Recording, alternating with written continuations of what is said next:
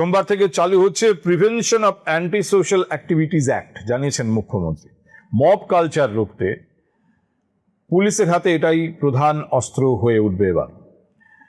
এই আইন নিয়ে ইতিমধ্যেই আলোচনা হয়েছে আপনাদের সঙ্গে। এই আইনের কিছু কিছু বিষয় নিয়ে প্রশ্ন রয়েছে অনেক মানুষের, এই আইনের অপপ্রয়োগ নিয়ে অনেক প্রশ্ন উঠেছে, কিন্তু এটা পরিষ্কার যে এরপর থেকে ওই দল বেঁধে ভাঙচুর করলাম, দল বেঁধে আগুন ধরিয়ে দিলাম, এই ধরনের ঘটনা ঘটলে পুলিশ এই আইন প্রয়োগ করবে। এবং সবথেকে বড় কথা, কোর্টে প্রডিউস না করে এই আইনে একজনকে হুলিগান হিসেবে যদি ধরা হয় 1 বছর পর্যন্ত আটকে রাখতে পারবে পুলিশ।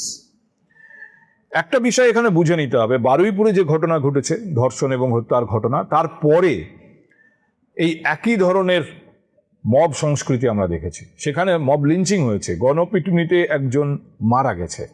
পরবর্তীতে পুলিশ তদন্ত করে দেখেছে ওই যুবক, ওই অটো চালক আসলে এই ধর্ষণের ঘটনার মধ্যে যুক্ত ছিল না।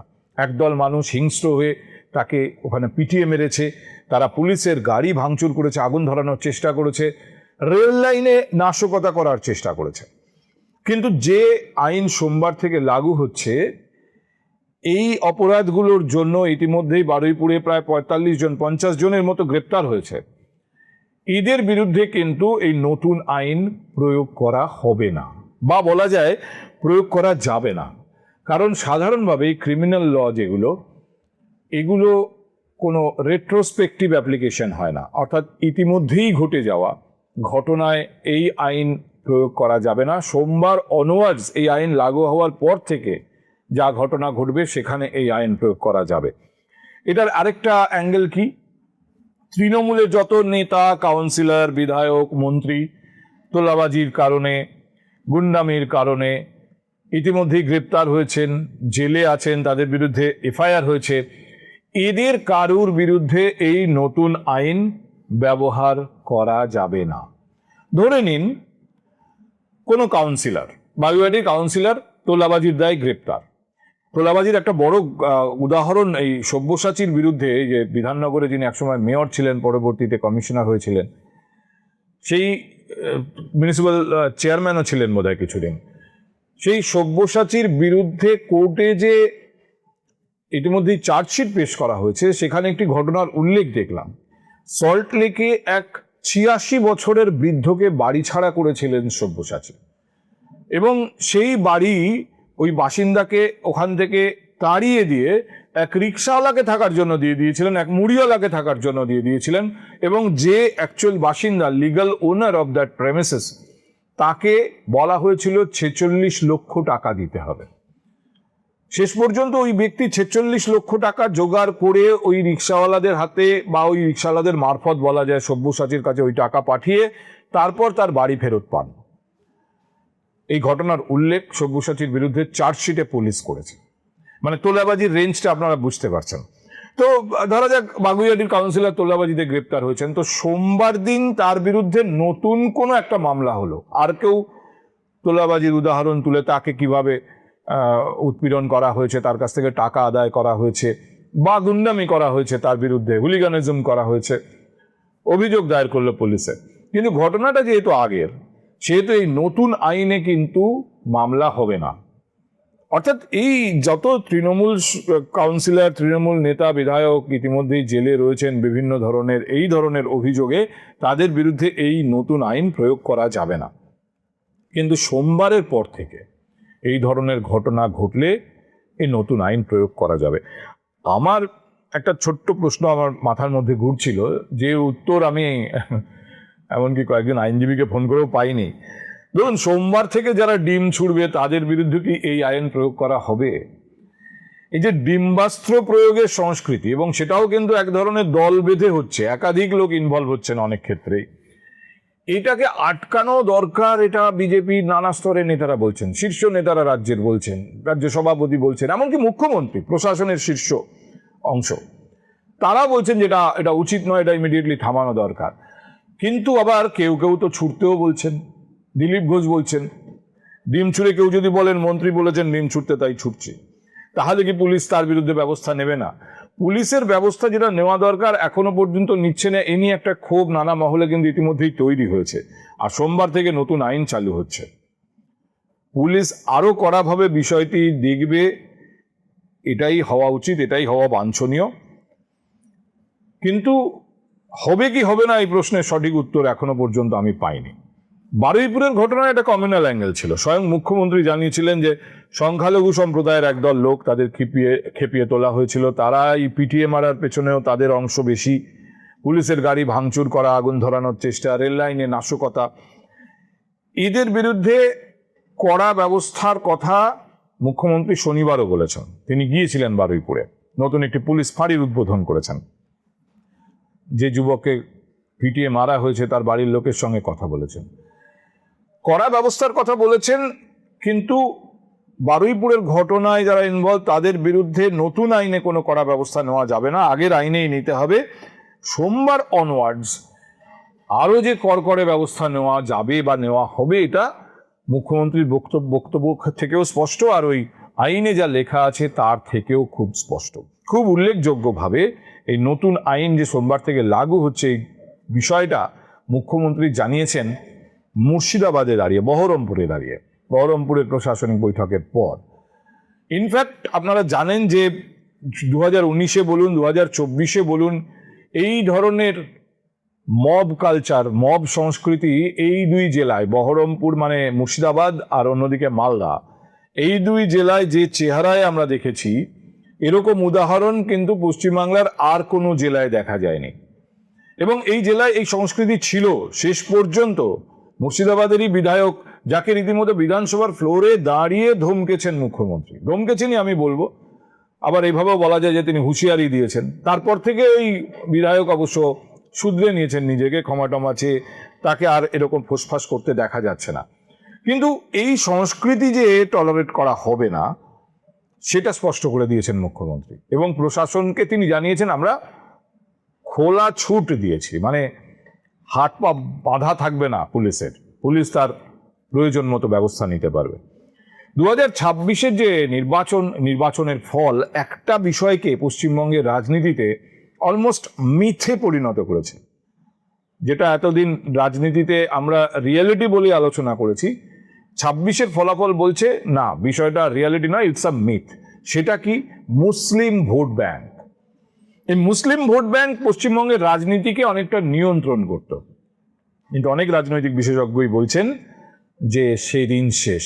26-এর নির্বাচনের ফলাফল থেকে বোঝা গেছে Muslim vote bank is actually myth, অন্তত এই পার্সপেক্টিভে। আজ থেকে 5 বছর আগে হয়তো ওটা সত্যি রিয়ালিটি ছিল, কিন্তু আজকের পার্সপেক্টিভে ইটস আ মিথ।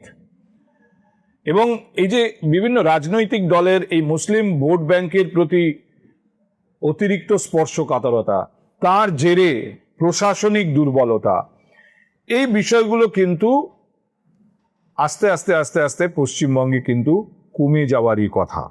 এখনো যা অবস্থা আমরা দেখতে পাচ্ছি, তাতে আস্তে আস্তে এগুলো ইনসিগনিফিকেন্ট হয়ে যাবে। এবং ইনসিগনিফিকেন্ট হয়ে গেলে এবং তার সঙ্গে নতুন আইন যোগ হলে এর প্রভাব কিন্তু আগামী দিনে পড়তে বাধ্য। তবে এই নতুন আইনের অপপ্রয়োগের একটা দিক আছে, সেখানেও একটা আশঙ্কা আছে। যদিও বিধানসভার ফ্লোরে দাঁড়িয়ে মুখ্যমন্ত্রী আশ্বাস দিয়েছিলেন যেদিন এই বিল পাশ হয়, যে কোনো ভদ্রলোকের বিরুদ্ধে এই আইন ব্যবহার করা হবে না। এখন ভদ্রলোকের ডেফিনেশনটা তো রিলেটিভ। রাজনৈতিক আন্দোলনের যে কোনো ফর্মকে যদি মব কালচার আখ্যা দেওয়া হয় বা হুলিগানিজম আখ্যা দেওয়া হয়, তাহলে এই আইনের অপপ্রয়োগ সম্ভব এবং তার প্রভাব রাজনীতিতে পড়া অবশ্যই সম্ভব, মোটেও অসম্ভব নয়। সিপিএম, আইএসএফ এই দলগুলো নাকি রীতিমতো দমে আছে এই আইন লাগু হওয়ার পর থেকে। তারা তাদের রাজনৈতিক যে বহিঃপ্রকাশ, আন্দোলনের বহিঃপ্রকাশ, সে নিয়ে চিন্তাভাবনা করছে, এরকমও অনেকে বলছেন। কিন্তু আলটিমেটলি রাজনীতির দিকটা কিন্তু স্পষ্ট হবে সময় গড়ালে। এইটুকু আজকে দাঁড়িয়েই বলা যায় যে এই দল বেঁধে রেল লাইন আটকে দেওয়া, রেল লাইন ওপরানোর চেষ্টা করা, পুলিশের গাড়ি পুড়িয়ে দেওয়া, থানা আক্রমণ করা, এই সংস্কৃতি আর পশ্চিমবঙ্গের মানুষকে দেখতে হবে না, যদি পুলিশ সত্যি এই আইন খুলেআম প্রয়োগ করে এবং তার স্বাধীনতা পায়। সপ্তাহান্তে সারা সপ্তাহের যে পলিটিক্যাল সিনারিও, তার আরেকটি বিষয় আমার মনে হয় আলোচনায় আজ আপনাদের সামনে একটু রাখি। সেটা হলো সাকুল্যে আর মোটামুটি 9 দিন বাকি, মানে আগামী সপ্তাহের 7টা দিন, তারপরে আবার সোমবার আসছে, তারপরেই মঙ্গলবার 21শে জুলাই। তো 21শে জুলাই বিশেষ করে কালীঘাটপন্থী তৃণমূলের ভূমিকা কি হবে, এই প্রশ্নের কিন্তু সত্যিকারের জবাব এখনো পর্যন্ত নেই। মুখ্যমন্ত্রী পরিষ্কার বলেছেন যে যেখানে তারা আবেদন করেছেন ওখানে সভা করার কোনো প্রশ্নই ওঠে না। এমনকি ওই চত্বর জুড়ে 166 ধারা, মানে আগের আইপিসি অনুযায়ী 144 ধারা, কোনো জমায়েত নিষিদ্ধ। ইতিমধ্যেই তৃণমূল কংগ্রেস এইসব নিয়ে কোর্টে গেছে। তৃণমূল কংগ্রেসের একজন সাংসদ ডেরেক ওব্রায়েন রিসেন্টলি হাইকোর্টে গেছেন সভা করার অনুমতি প্রার্থনা করে। তারা বলেছেন 19 তারিখ থেকে মঞ্চ বাঁধা এবং 21 তারিখে সভা করার অনুমতি চেয়ে তারা হাইকোর্টে গেছেন।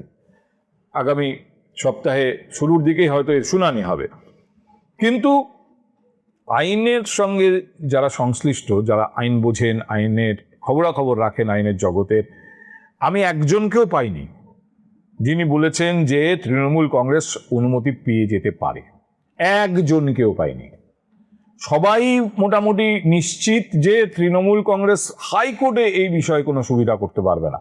ধর্মতলায় সভা করব, হাইকোর্ট পারমিশন দেবে, এটা হওয়ার সম্ভাবনা 100% কেউ দেখতে পাননি। আইনের সঙ্গে সংশ্লিষ্ট মানুষদের কথা আমি বলছি। তা যখন আইনের সঙ্গে সংশ্লিষ্ট একজন মানুষকে আমি খুঁজে পাচ্ছি না, তৃণমূল কংগ্রেস এরকম কাকে খুঁজে পেলেন যিনি আশ্বাস দিলেন হাইকোর্টে চলুন, হাইকোর্ট থেকে আমরা পারমিশন বার করব? তৃণমূল কংগ্রেসের সাংসদ হাইকোর্টের ওপর ভরসা করে বসে আছেন। এটা আরেকটা ব্যাখ্যা। রাজনৈতিক বিশ্লেষকদের একটা অংশ বলছেন যে কালীঘাটপন্থী তৃণমূল কংগ্রেস যদি সত্যি 21শে জুলাই কোনো ব্যবস্থা না করতে পারে, ওই হাজরা মোড়ে 50টা লোকের জমায়েত বা বালিগঞ্জ ফাঁড়িতে কয়েকজন যুব তৃণমূলের নেতা নেত্রীকে নিয়ে একটা জমায়েত করা, তারা জানেন এটা জাস্টিস হবে না। 21শে জুলাইয়ের যে গ্র্যান্ডার ছিল, তার যে বিশালতা ছিল, সেইটার সঙ্গে সবাই তুলনা করে তাতে আরো রাজনৈতিকভাবে ক্ষতি হবে কালীঘাট শিবিরের। ফলে এটা হতে পারে যে তারা একটা এসকেপ রুট খুঁজছেন। আলটিমেটলি কোর্টের কাছ থেকেও যদি ফিরে আসতে হয়, তখন তারা বলবেন কি করব, আইনও আমাদের হাত পা বেঁধে দিয়েছে। তখন ওই আপনাদের আগেই জানিয়েছিলাম যে ভার্চুয়ালি নিয়ে যাওয়ার একটা চেষ্টা করা হতে পারে, সেই রকম দিকে ব্যাপারটা গড়াতেও পারে। কিন্তু অন্তত একটা এসকেপ রুট, যে আমরা তো হাইকোর্ট পর্যন্ত গেছি, আমরা তো আইন নিজের হাতে তুলে নিতে পারি না, এরকম কোনো ব্যাখ্যা কালীঘাট শিবিরের মুখে আগামী দিনে শোনা যেতে পারে। কিন্তু একই সঙ্গে আরেকটা বিষয়, কংগ্রেসের প্রস্তুতি। আগামী 21শে জুলাই কংগ্রেস যে সভাটা করতে চলেছে, প্রদেশ কংগ্রেস সেই সভাটাকে দারুণভাবে সফল করার জন্য জান লড়িয়ে দিচ্ছে। এখনো পর্যন্ত যা খবর, কংগ্রেসের প্রদেশ কংগ্রেসের একটা টার্গেট অন্তত 1 লক্ষ লোক ওখানে এনে হাজির করা, যাতে পশ্চিমবঙ্গের রাজনীতিতে কংগ্রেস আবার লাইম লাইটে আসতে পারে। তার জন্য 21শে জুলাইকে ব্যবহার করতে মোটামুটি মরিয়া রাজ্য প্রদেশ কংগ্রেস। এবং রাহুল গান্ধী, প্রিয়াঙ্কা গান্ধী, মল্লিকার্জুন খার্গে, এই 3 জনের যে কোনো একজন, এমনকি 2 জনও 21শে জুলাইয়ের সভায় আসতে পারেন বলে তারা এখনো আশাবাদী। যদিও কে আসবেন সেই ব্যাপারে কোনো ফাইনাল সিদ্ধান্ত প্রদেশ কংগ্রেস দপ্তর এসে পৌঁছয়নি, বা যদি আভাস ইঙ্গিত ওপর লেভেলে কেউ পেয়েও থাকেন, তা নিয়ে তারা মুখ খুলছেন না। কিন্তু কেউ থাকবেন, অন্তত একজন থাকবেন, এবং তিনিই মুখ্য বক্তা হবেন, এটা কংগ্রেস শিবির, রাজ্য কংগ্রেস শিবির জানিয়ে দিয়েছে। এবং তারা রীতিমতো আগের দিন বিভিন্ন জেলা থেকে যারা আসবেন তাদের থাকা খাওয়ার সুবন্দোবস্ত যাতে হয়, মানে যেভাবে তৃণমূল কংগ্রেস করতো, হয়তো ওই অতটা বড় করে না হলেও, কারণ অত লোকও তো আসবে না কংগ্রেসের হয়ে, কিন্তু কিছু লোককে দূরের জেলা থেকে এনে তাদের আগের দিন রাত থেকে তাদের থাকা খাওয়ার ব্যবস্থা করে 21শে জুলাই কংগ্রেসের মঞ্চের সামনে অন্তত 1 লাখ, মানে 1 থেকে 1.5 লাখ মানুষের টার্গেট নিয়ে কংগ্রেস নামছে। কিন্তু একটা চোখে পড়ার মতো ক্রাউড কংগ্রেস এখানে জড়ো করতে চাইছে। এবং এই যে পলিটিক্যাল মেসেজ, ওই 21শে জুলাইয়ের মঞ্চের সামনে জমায়েত, এই জমায়েতটা কংগ্রেসকে তাদের আবার সাংগঠনিকভাবে ঘুরে দাঁড়াতে, নিজেদের শিবিরে লোক জোটাতে অনেক সাহায্য করবে। এটা সিম্পল ইকুয়েশন যেটা কংগ্রেস চাইছে। আপনারা জানেন, আমি এখানে আপনাদের সামনে আলোচনা করেছিলাম, মমতা বন্দ্যোপাধ্যায় দিল্লি গিয়ে সোনিয়া গান্ধীর সঙ্গে দুবার দেখা করেন, পরপর 2 দিন। অভিষেক বন্দ্যোপাধ্যায় তো মমতার চলে আসার পরও দিল্লিতে থেকে গিয়ে রাহুল গান্ধীর সঙ্গে বৈঠক করেছেন। তখন আমরা আলোচনা করেছিলাম যে কংগ্রেসের সঙ্গে তৃণমূল কংগ্রেসের অ্যাডজাস্টমেন্ট কি হতে পারে, মার্জার অমুক তমুক। তখন ঋতব্রত শিবির ইতিমধ্যেই আমরাই তৃণমূল বলা শুরু করেছে। অনেকগুলো সম্ভাবনা নিয়ে কথা হয়েছিল, আমরা সম্ভাবনা হিসেবেই বলেছিলাম, কারণ বাইরে থেকে দেখছিলাম। কিন্তু কিছু তো something was actually being cooked up, কিছু একটা তৈরি করার চেষ্টা হচ্ছিল। এখনো পর্যন্ত আমার কাছে যা খবর, মমতা বন্দ্যোপাধ্যায় সরাসরি সোনিয়া গান্ধীর কাছে রাজনৈতিক সাহায্য চেয়েছিলেন যে এখন আমার এই মুহূর্তে যা পরিস্থিতি তাতে কংগ্রেস একটু পাশে দাঁড়াক। আর সোনিয়া গান্ধী সরাসরি রুল আউট করেননি। তিনি মমতা বন্দ্যোপাধ্যায়কে জানেন, বহুদিন তার রাজনীতির সঙ্গে পরিচিত। তিনি বলেছিলেন যে আমি দেখছি, পরবর্তীতে কংগ্রেস এ নিয়ে সিদ্ধান্ত নেবে। আর যেহেতু রাহুল গান্ধীর সঙ্গে একটা ইগো ইস্যু মমতা বন্দ্যোপাধ্যায় ছিলই, তাই রাহুল গান্ধীকে সামলানোর দায়িত্ব নিয়েছিলেন অভিষেক বন্দ্যোপাধ্যায়। তিনি একাধিকবার রাহুল গান্ধীর সঙ্গে গিয়ে গিয়ে বৈঠক করেছেন কোনো জায়গায় যদি পৌঁছানো যায়। তো সোনিয়া গান্ধী যখন বলেছেন যে কিছু একটা করার চেষ্টা করব বা কংগ্রেস সিদ্ধান্ত নেবে, আপনার রিকোয়েস্ট নিয়ে আমরা আলোচনা করব, এই আলোচনা হয়েছিল। এবং যেটা এআইসিসি করেছিল, অল ইন্ডিয়া কংগ্রেস কমিটি, তারা তাদের অন্যতম একজন শীর্ষ নেতা বেণুগোপালকে কলকাতায় পাঠিয়েছিলেন। বেণুগোপাল দুদিন ছিলেন কলকাতায়। বেণুগোপাল এআইসিসির পলিটিক্যাল অ্যাফেয়ার্স কমিটির সম্ভবত সাধারণ সম্পাদক।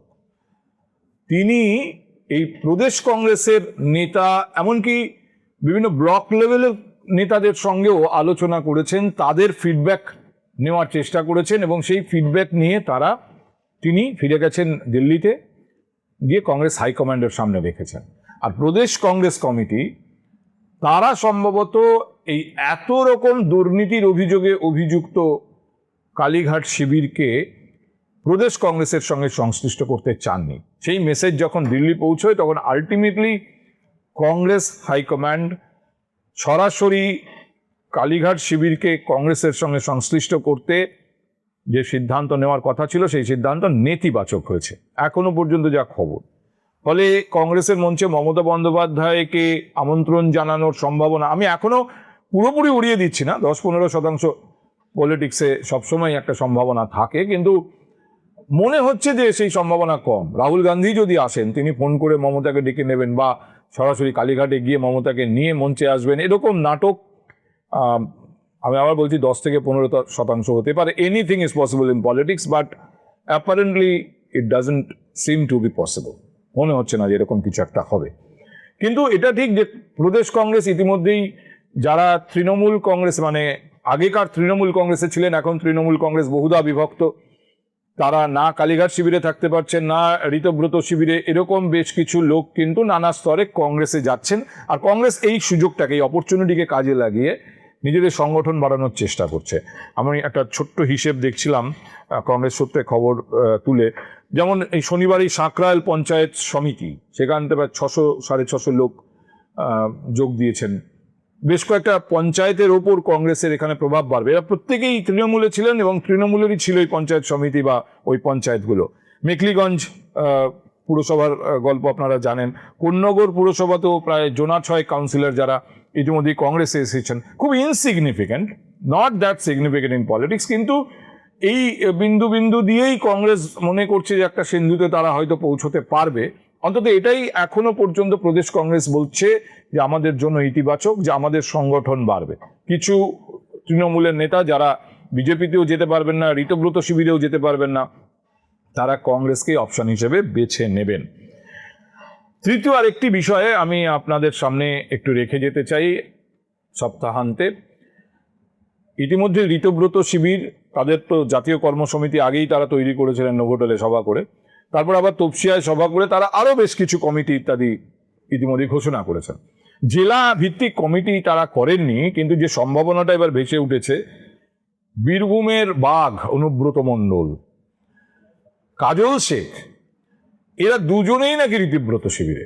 দেখুন, কাজল আর অনুব্রতর লড়াই বীরভূমের রাজনীতিতে বহু চর্চিত, এবং এই ডিফারেন্স স্বয়ং মমতা বন্দ্যোপাধ্যায় মেটাতে পারেননি, তাদের একসঙ্গে করতে পারেননি।